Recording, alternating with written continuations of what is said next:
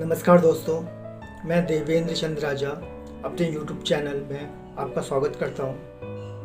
मैं हल्द्वानी डिस्ट्रिक्ट नैनीताल उत्तराखंड का निवासी हूँ और अपने YouTube चैनल्स में एंटरटेनमेंट और कुछ इन्फॉर्मेशन की चीज़ें लोगों के साथ बांटते रहता हूँ।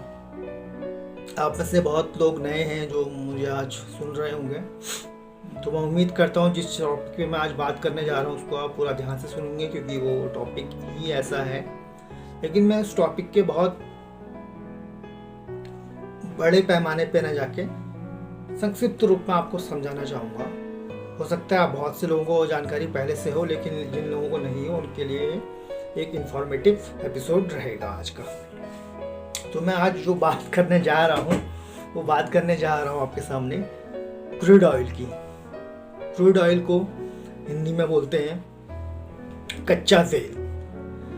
आपको पता है कि इंडिया में जो पेट्रोल की कीमत है वो 90 से 100 के बीच में चलते रहते हैं, कभी ऊपर जाते रहते हैं, कभी नीचे आते रहते हैं। तो इसमें मैं शुरुआत में आपको थोड़ा क्रूड ऑयल के बारे में और उसके बाद उसके रेट्स के बारे में और इसमें हम क्या अपनी तरफ से अच्छा कर सकते हैं, क्या गवर्नमेंट से अच्छा कर सकती है, इस विषय में बातचीत करूंगा। उम्मीद है कि आप लोग मुझसे जुड़े रहेंगे। मैं बहुत संक्षिप्त रूप में अपनी बात खत्म करूंगा और आपसे इस जो भी मैं वार्तालाप करूंगा कुछ ना कुछ फ़ायदा इससे ज़रूर होगा। इसलिए उम्मीद करता हूँ और हाथ जोड़ के विनती करता हूँ कि आप जुड़े रहिए। देखिए, सबसे पहले मैं आपको बता दूँ कि क्रूड ऑयल होता क्या है। जो क्रूड ऑयल होता है ये एक मिक्सचर होता है हाइड्रोकार्बन्स का, हाइड्रोजन का और बहुत सारे कार्बन आइटम्स का, जो कि ज़मीन के अंदर एक बहुत बड़े रिजर्वियर, मतलब एक तालाब टाइप का आप मानिए, एक उसमें पूरा शहर भी हो सकता है, उसमें रहता है।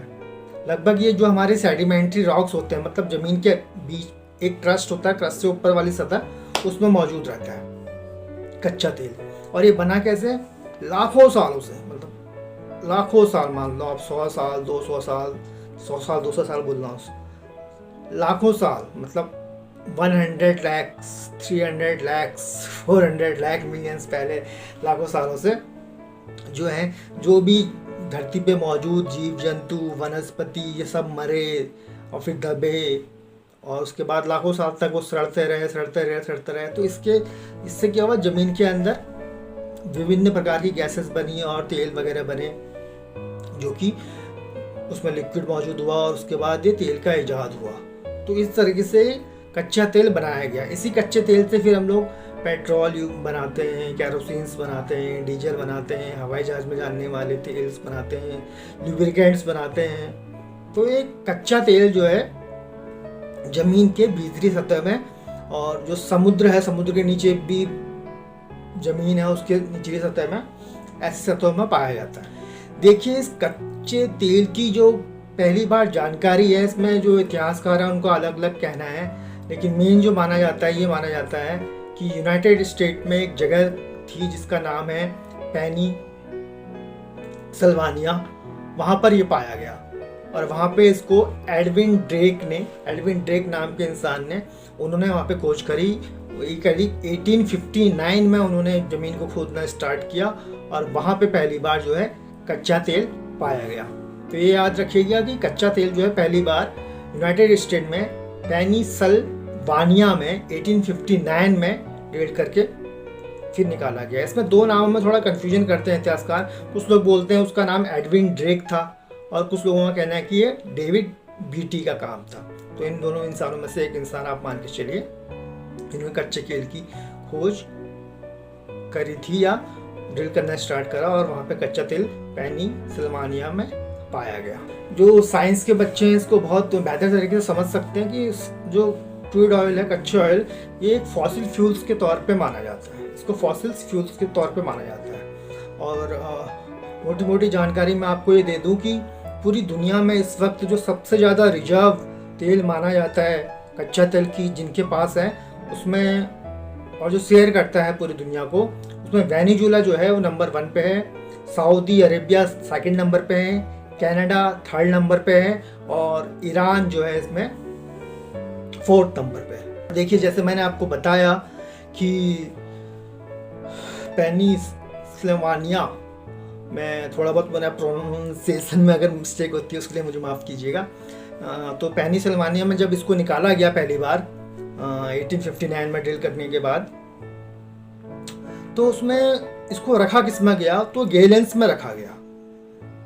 ठीक है, गैलेंस में रखा गया। तो ये माना जाता है कि 42 गैलन टोटल रखे गए एक यूएस बैरल में, मतलब यूनाइटेड स्टेट्स का एक बैरल माना जाता है, उसमें 42 गैलन रखे जाते हैं, 42 गैलन। एक गैलन में करीब 3.78 लीटर जो है वो आपका क्रूड ऑयल आता है। तो एक गैलन में कितना आता है, 3.78 लीटर आपका क्रूड ऑयल आएगा और 42 गैलन्स का पूरा एक बैरल होगा। ये यूएस बैरल है। तो ये जानकारी बहुत ज़रूरी है क्योंकि हम लोग ज़्यादातर इंपोर्ट करते हैं इसको, तो बैरल्स के हिसाब से इंपोर्ट करते हैं। तो पर बैरल में 42 गैलन्स होते हैं और हर एक गैलन्स में करीब 3.78 लीटर्स पेट्रोल होता है, जो कि ट्रांसपोर्टेशन के लिए बहुत अच्छा होता है। इसलिए यूनाइटेड स्टेट्स ने उस समय से वो प्रक्रिया शुरू करी, वही चलती आ रही है। लेकिन कई देशों में इसको बदला भी जाता है, कहीं पर 45 गैलन्स का भी इस्तेमाल करते हैं लोग, कहीं पर 55 गैलन्स का भी इस्तेमाल करते हैं। तो कंट्रीज़ पर डिपेंड है, लेकिन यूएस में ज़्यादातर यही गैलन्स इस्तेमाल करे जाता है। कि ये क्रूड ऑयल होता है, जो कच्चा तेल होता है, ये शुरुआत में जब निकाला जाता है ना, इसका रंग पूरा काले रंग का होता है। और इसी को साफ करते करते फिर हम और चीज़ें इसमें से निकालते हैं, जो कि हमारे देश में जो भी उपकरण है या जो भी इक्विपमेंट्स है, जो भी मशीनरीज है, उसमें ये काम आता है। जैसे उसी क्रूड ऑयल से कैरोसिन निकाला जाता है। पहले दिनों में जब लाइट्स नहीं हुआ करती थी, हम कैरोसिन का बहुत इस्तेमाल करते थे। इवन हमारे गाँवों में भी लाइट नहीं रहती थी, मिट्टी तेल का इस्तेमाल किया जाता था, जिसको हम आम भाषा में मट्टी तेल बोलते थे। और वो कंट्रोल की दुकान में भी मिलता था। कैरोसिन ऑयल हो गया, पेट्रोल हो गया, डीजल्स हो गया, पैराफिन्स हो गए, जेट फ्यूल जो हवाई जहाज चलते हैं या लड़ाकू जहाज चलते हैं, वैक्सेस हो गए, लुब्रिकेंट्स ऑयल्स हो गए। तो ये बहुत सारी चीज़ें फिर इस क्रूड ऑयल्स को छान छान के मशीन के द्वारा बनाया जाता है। तो जो कच्चा तेल आया वो तो लाखों सालों से जो वनस्पति मरे, जानवर मरे, उनसे फॉसिल फ्यूल तैयार हुए ज़मीन के अंदर। उसी में जो क्रस्ट के ऊपरी भाग में सेडिमेंट्री रॉक्स होते हैं, वहाँ पे एक रिजर्वियर टाइप का बना, बड़ा तालाब टाइप का, और उसी में से वो निकाला जाता है।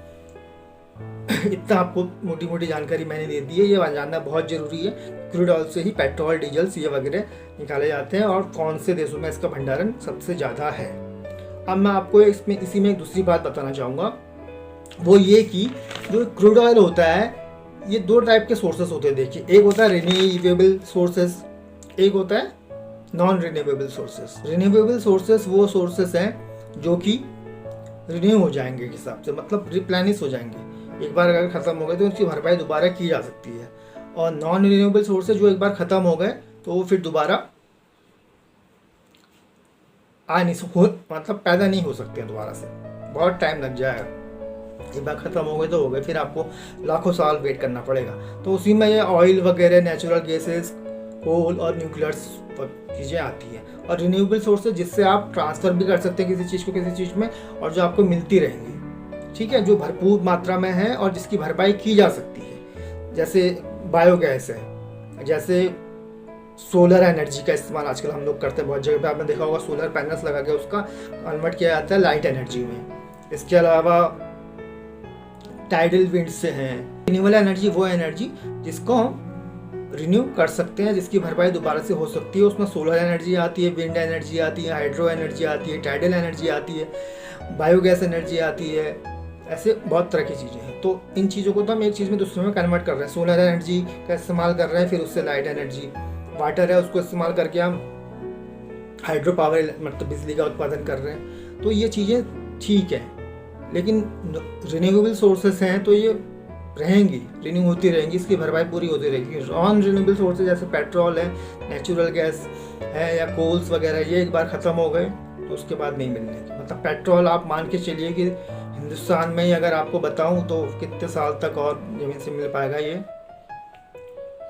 जग ज़ाहिर बात है, तो सबको पता है जो ख़त्म होने वाली चीज़ होती है वो एक दिन ख़त्म होती ही होती है। तो इसलिए आप ट्रांसफॉर्मेशन कर रहे हैं, इलेक्ट्रिक कार्स लेके आ रहे हैं या अलग चीज़ें लेके आ रहे हैं। और पहले हम लोग बायोगैस को बहुत इस्तेमाल करते थे, या गोबर गैस के प्लांट्स बहुत घर में यूज करते थे एलपीजी की जगह। तो ये बहुत सारी चीज़ें हैं। तो ये नॉन रिन्यूएबल चीज़ें जो भी हैं, इनको हम बहुत हिसाब से खर्च करना चाहिए, क्योंकि एक दिन ये ख़त्म होनी है। तो इतना मैंने आपको बता दिया। अब आते हैं कीमत के बारे में कि पेट्रोल और डीजल के जो दाम हैं ये इंडिया की बात करते हैं तो ये किस तरीके से रेगुलेट्स होते हैं, तो इसके बारे में मैं आपको बताऊंगा।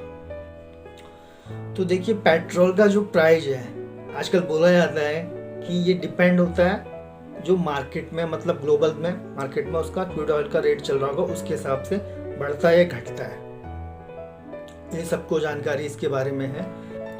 कहा जाता है कि पेट्रोल का जो प्राइस इस वक्त चल रही है वो गवर्नमेंट डायरेक्ट डिसाइड नहीं कर रही है, ग्लोबल मार्केट में जो क्रूड ऑयल का प्राइस होता है उसके ऊपर डिपेंड करता है। अगर वो प्राइस ज़्यादा रहेगा तो जाहिर सी बात है इधर रेट्स बढ़ेंगे, अगर वो प्राइस कम रहेगा तो इधर रेट कम होंगे। लेकिन अब कई लोग ये भी सवाल पूछेंगे कि पहले जब प्राइस वहाँ कम था तब भी रेट ज़्यादा क्यों थे। तो ये सब पॉलिसीज, गवर्नमेंट की पॉलिसीज है, उस पर डिपेंड करता हूँ। कुछ पॉलिसियों का जिक्र मैं आपके सामने कर देता हूँ। देखिए, पहले जो है सच में ऐसे ही होता था कि गवर्नमेंट डिसाइड किया करती थी प्राइस को, पेट्रोल्स के और डीजल की प्राइसेस को। लेकिन 2010 की बात करें तो उसमें मनमोहन सिंह जी ने पेट्रोल को डिरेगुलेट कर दिया। उसमें मतलब गवर्नमेंट डिसाइड नहीं करेगी, अब वो मार्केट बेस पे डिसाइड होगा। इसी के साथ फिर 2014 में जब गवर्नमेंट आई उन्होंने डीजल्स के लिए भी ये रूल बना दिए, उसको भी डिरेगुलेट कर दिया कि ग्लोबल चेंजेस जैसे होंगे उसके हिसाब से ये प्राइस और डीजल के रेट होंगे। उससे पहले ऐसा नहीं होता था। लेकिन उसके बाद 16 जून 2017 में गवर्नमेंट ने ये डिसाइड किया कि पहले तो ऐसा होता था 16 जून 2017 से पहले ऐसा होता था कि हर 15 दिन में रेट्स बढ़ाए घटाए जाते थे। जैसे 1 तारीख को अगर रेट कुछ करते हैं उसका तो 15 दिन तक उसको देखते रहेंगे, वॉच करते रहेंगे और रेट में कभी भी घटाना या बढ़ाना नहीं होगा। और 15 दिन बाद डिसाइड करेंगे कि रेट अब इसका क्या किया जाए, फिर वो रेट जो चलेगा फिर वो 15 दिन तक आगे चलेगा, ऐसा था। लेकिन 16 जून 2017 के बाद गवर्नमेंट ने डिसाइड किया कि हम डेली बेसिस पे ग्लोबल मार्केट्स को देखते हुए पेट्रोल के और डीजल के प्राइस कम या ज़्यादा करेंगे। इसलिए आप देखते होंगे कि आजकल डेली बेसिस पे कभी 10 पैसे बढ़ता है तो कभी 20 पैसे घटता है, कभी 1 रुपया बढ़ेगा तो कभी 2 रुपया घटेगा, कभी 25 पैसे बढ़ेगा तो कभी 30 पैसे घटेगा। रोज़ का मतलब डेली बेसिस सवेरे 6 बजे से लेकर नेक्स्ट डे तक का। तो ये अब डेली बेसिस पे हो रहा है। इसको बदलने का खास कारण ये था कि पहले लोग स्पेकुलेट करते थे, मतलब अंदाज़ा लगाते थे कि इस बार 1 से लेकर 16 तारीख तक का ये रेट रहा तो इसके बाद रेट बढ़ेगा या घटेगा। तो उस हिसाब से पेट्रोल का भंडारण करने लग गए थे या डीजल का भंडारण करने लग गए थे, जिससे कि काफ़ी तकलीफ हो रही थी गवर्नमेंट्स को और पता लगाना मुश्किल हो रहा था कि ऐसा क्यों हो रहा है आखिर। तो उसको सही करने का सही तरीका यही था कि रोज़ उसके रेट घटाएं या बढ़ा जाएँ वर्ल्ड के में क्रूड ऑयल के प्राइस के हिसाब से, इसलिए ये किया गया। और दूसरी बात आपको ये बता दूं कि इकोनॉमिक्स के हिसाब से सिंपल तरीका, एक फंडा बताया जाता है इकोनॉमिक्स में कि अगर किसी चीज़ की डिमांड बहुत कम है और अगर उसकी सप्लाई ज़्यादा है तो उसकी प्राइस ऑलमोस्ट कम हो जाएगी। लेकिन अगर किसी चीज़ की डिमांड जो है बहुत ज़्यादा है और उसकी सप्लाई कम हो रही है तो उसकी प्राइस ऑटोमेटिकली बढ़ेगी। तो ये इकोनॉमिक्स पे डिपेंड करता है। देखिए, लॉकडाउन जब तक था तब तक सबको ठीक था क्योंकि गाड़ियाँ नहीं चल रही थी, ट्रांसपोर्टेशन सारा सब कुछ बंद था। लेकिन धीरे धीरे जब लॉकडाउन खुला, लोग गाड़ियाँ चलने लगे तो फिर अचानक उसकी डिमांड जो है बढ़ गई और सप्लाई थोड़ी कम हो गई, तो उसकी वजह से प्राइसेस बढ़ते हैं। तो इस इकोनॉमी की ये डिमांड और सप्लाई भी इसमें बहुत मैटर करता है पेट्रोल के प्राइस में। अब ये डिमांड और सप्लाई तो मैटर करता ही करता है। इसके अलावा इसमें क्या है कि सेंट्रल गवर्नमेंट की सेंट्रल एक्साइज ड्यूटी भी लगती है। वो कितनी है इस पर बहुत बहस हो जाएगी, इसलिए आप लोग वो पता कर लीजिएगा। सेंट्रल गवर्नमेंट की एक्साइज ड्यूटी तो लगती है, सेंट्रल एक्साइज ड्यूटी मेन जो पेट्रोल का रेट होगा, और ऊपर से स्टेट्स वाले वैट टैक्स अलग लगाते हैं। तो इसकी वजह से इसकी कीमत, पेट्रोल की कीमत बढ़ती है। तो अलग अलग राज्यों में देखा होगा आपने, अलग रेट इसी वजह से होते हैं। आप उसमें फेरेट चार्जेस भी जोड़ दीजिए, वो भी जोड़ दीजिए, वैट भी जोड़ दीजिए, तो राजस्थान में अलग रेट मिलेगा आपको, मध्य प्रदेश में अलग मिलेगा, यूपी में अलग मिलेगा, महाराष्ट्र में अलग मिलेगा, साउथ साइड अलग मिलेगा। तो सब वैट का चक्कर है। और सेंट्रल एक्साइज ड्यूटी गवर्नमेंट की तरफ से लगती है, वो तो सब जगह ही रहेगी। ये कारण है कि फ्लैक्चुएट भी रेट्स में, प्राइस में पेट्रोल और डीजल के काफ़ी होता है। पेट्रोल और डीजल का तो आपको यूज पता है कि किस किस में होता है। लोग ज़्यादातर पेट्रोल कार्स लेते हैं या डीजल कार लेते हैं, और डिपेंड करता है कि उसमें कौन सी मोटर्स लगी हुई है, उसके हिसाब से डीजल या पेट्रोल का यूज होता है। और कौन ज़्यादा इफेक्टिव है ये सबका अपना पर्सनल एक्सपीरियंस होता है कि भैया डीजल कार ज़्यादा इफेक्टिव है या पेट्रोल कार ज़्यादा इफेक्टिव है, कौन अच्छा एवरेज देती है या क्या, ये पर्सनल एक्सपीरियंस है। ये पेट्रोल और डीजल की बात रही, लेकिन मैं जहाँ तक क्रूड ऑयल है उसकी बात आपको बता दूँ कि क्रूड ऑयल कौन कौन से सेक्टर में उसका इस्तेमाल किया जाता है ज़्यादा से ज़्यादा। वो सेक्टर्स हैं, पेंट इंडस्ट्री है। पेंट इंडस्ट्री में जो कच्चा माल होता है वो 50% के करीब क्रूड ऑयल का होता है, या उसके डेरिवेटिव्स होते हैं, मतलब क्रूड ऑयल से ही निकले हुए कुछ और चीज़ें, उसका पेंट इंडस्ट्री में बहुत इस्तेमाल किया जाता है। इसके अलावा टायर सेक्टर में भी करीब 50% इस्तेमाल किया जाता है क्रूड ऑयल, कच्चे तेल या उसके डेरिवेटिव्स का, उसके द्वारा और बनाई हुई चीज़ें का। इसके अलावा ऑयल मार्केटिंग कंपनीज हो गई, और एविएशन सेक्टर में भी इसका काफ़ी वो है। इसके अलावा सीमेंट फैक्ट्री, सीमेंट कंपनीज में। तो ये 5 सेक्टर ऐसे हैं जिसमें क्रूड ऑयल का काफ़ी इस्तेमाल किया जाता है, और 50% तक का इस्तेमाल किया जाता है लगभग टायर सेक्टर और पेंट सेक्टर में। तो ये सब चीज़ें क्रूड ऑयल इंडिया के लिए बहुत ज़रूरी है, क्योंकि ये सब चीज़ें ज़रूरी हैं। जाहिर सी बात है, तो इंपोर्ट करना पड़ेगा अगर इंडिया में ज़्यादा नहीं है तो। और भंडारण वाले देश मैंने आपको बता दिए, वेनेजुला है, सऊदी अरेबिया है, कनाडा है, ईरान है, इराक है, ये सब भंडार पड़ा है इधर। अब वो धरती के उस हिस्से में आए वो लोग कि उसी के नीचे मिला, तो ये ऊपर वाले का, भगवान का है दिया हुआ सबको। तो नेचुरल रिसोर्सेज जितने भी हैं उसको यूटिलाइज करो, प्रॉपर तरीके से करो, और इस पे ज़्यादा जो ये नॉन रिन्यूएबल चीज़ें हैं इस पर डिपेंडेंसी ज़्यादा मत रखो। और दुनिया वाले वैसे ही कर रहे हैं, बड़े बड़े इंजीनियर साइंटिस्ट उस चीज़ में लगे हुए हैं कि अब हम रिन्यूएबल सोर्सेज को ज़्यादा महत्व दें, इसलिए सोलर एनर्जी और बाकी बायोगैसेस का इस्तेमाल ज़्यादा किया जा रहा है, इलेक्ट्रिकल एनर्जी के कार्य लाई जा रही हैं। तो इस सब का कारण ये है। तो ये पेट्रोल के रेट्स की जो बातें करते हैं, बढ़ना घटना, दोस्तों ये तो लगा रहेगा। ये भले ही किसी की गवर्नमेंट आए कुछ आए, ये लगा रहेगा, क्योंकि इसमें सेंट्रल एक्साइज टैक्स ड्यूटी जो लगाई जाती है सेंट्रल की तरफ से, और वैट टैक्स जो है स्टेट गवर्नमेंट की तरफ से लगाया जाता है। अब आज की डेट में ये हो गया है कि इसको किसी चीज़ से जोड़ देते हैं हम लोग। जैसे पेट्रोल के रेट हाई हो तो मैंने किसी दोस्त से बोल दिया यार पेट्रोल के बहुत रेट हाई हो रहे हैं, तो वो जोड़ देते हैं, यार तुम ऐसी बातें क्यों करते हो। जो पेट्रोल के रेट अगर हाई हो रहे हैं, जो भी पैसा जा रहा है वो देश के विकास में जा रहा है, तो उसको देने में तुम्हें क्या दिक्कत है, ठीक है, कि देश के विकास में पैसा जा रहा है। तो भाई वो अभी नहीं, वो पहले से भी अगर पेट्रोल में और डीजल में हम लोग पैसा इन्वेस्ट करते थे तो वो भी देश के विकास में जाता था।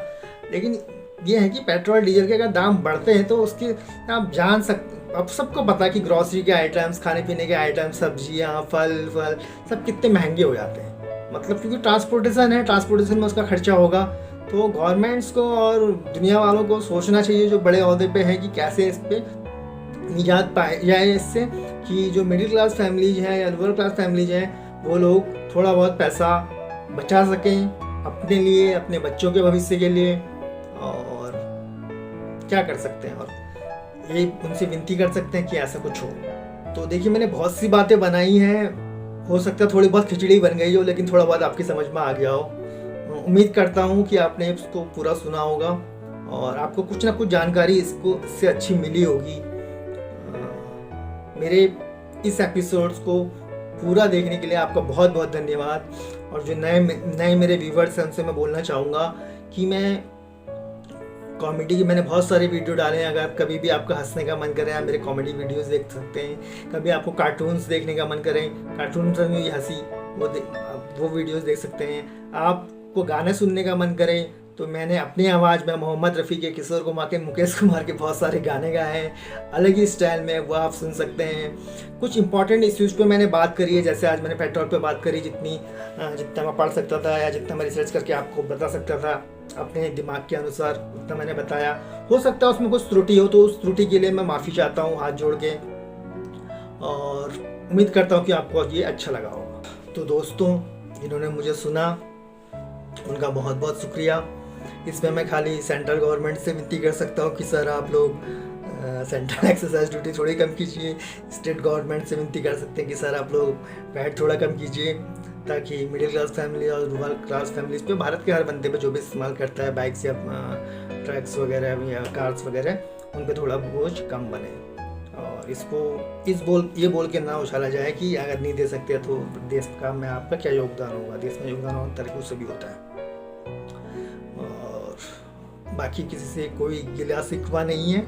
जो कुछ हो रहा है अच्छा हो रहा है, जो कुछ हो रहा है देश की भलाई के लिए हो रहा है। इसलिए जो भी ऊपर से आदेश आता है उसका पालन तो हमको करना चाहिए, क्योंकि देश ही थी सर्वोपरि है और देश से बड़ा कुछ नहीं होता। अटल बिहारी वाजपेयी जी ने कहा है, तो हम उनके आदर्शों पर चलते हैं कि देश सर्वोपरि है। इसलिए जो भी है उसको आदेश को मानिए और उम्मीद करते हैं कि जल्दी से जल्द पेट्रोल और डीजल के दाम सही उस पर आ जाएंगे। उम्मीद करता हूँ कि आपको मेरा वीडियो अच्छा लगा होगा। इससे कुछ ना कुछ छोटी सी जानकारी आपको मिली होगी। थोड़ी बहुत भी अगर मुझसे कहीं पर त्रुटि हुई होगी तो उसके लिए मैं हाथ जोड़ के माफ़ी चाहता हूँ और आपसे विनती करता हूँ कि प्लीज़ प्लीज़ प्लीज़ नए व्यूवर्स मेरे वीडियो को सब्सक्राइब ज़रूर करें। मैं बहुत मेहनत कर रहा हूँ और जो मेरे व्यूवर्स ऑलरेडी हैं उनसे बोलूँगा कि लाइक ज़रूर कीजिए। कुछ आपको अच्छा लगा हो मेरे बारे में इसको बोलने में तो कमेंट्स कीजिए, कुछ बुरा लगा हो तो तब भी कमेंट्स कीजिए। ज़्यादा से ज़्यादा लोगों तक ये बातें शेयर कीजिए ताकि उनको थोड़ा बहुत क्रूड ऑयल के बारे में और इसके बारे में कौन से देश में ज़्यादा होता है और प्राइस के बारे में थोड़ा बहुत जानकारी मिले। जिनको है उनको भी थोड़ी बहुत और मिल जाए, क्योंकि कोई भी परफेक्ट नहीं होता, ना मैं हूँ ना आप है ना इस दुनिया में कोई है। तो ऐसी आदान प्रदान से ज्ञान आदान से थोड़ा बहुत नॉलेज जानकारी मिलती रहती है। तो प्लीज़ लाइक और शेयर तो ज़रूर कीजिएगा और नए सब्सक्राइबर बढ़ाने में मेरी मदद ज़रूर कीजिएगा। मैं आपसे अगली बार फिर मिलूँगा। हो सकता है मैं कॉमेडी लेके आऊँ, हो सकता है मैं कहीं किसी टूर पे जाऊँ। लास्ट मेरा टूर जो बुढ़ाबाग का था उसको लोगों ने काफ़ी पसंद किया है और चुटकुले भी ला सकता हूँ, कविता भी ला सकता हूँ, गाने भी ला सकता हूँ, कुछ चीज़ भी आ सकती है आपके लिए, सिर्फ आपको एंटरटेन करने के लिए, आपको इन्फॉर्मेशन देने के लिए मैं फिर वापस आऊँगा। प्लीज़ मेरे चैनल को लाइक कीजिएगा, प्लीज़ लाइक कीजिएगा, प्लीज़ शेयर कीजिएगा ज़्यादा से ज़्यादा लोगों के साथ और नए व्यूवर्स प्लीज़ सब्सक्राइब कीजिएगा। मैं आगे बहुत अच्छे अच्छे कंटेंट्स के साथ आऊँगा। इसी के साथ मैं विदा लेता हूँ। आपका बहुत बहुत धन्यवाद मुझे सुनने के लिए। Thank you very much. Bharat माता की जय। जय हिंद, जय भारत।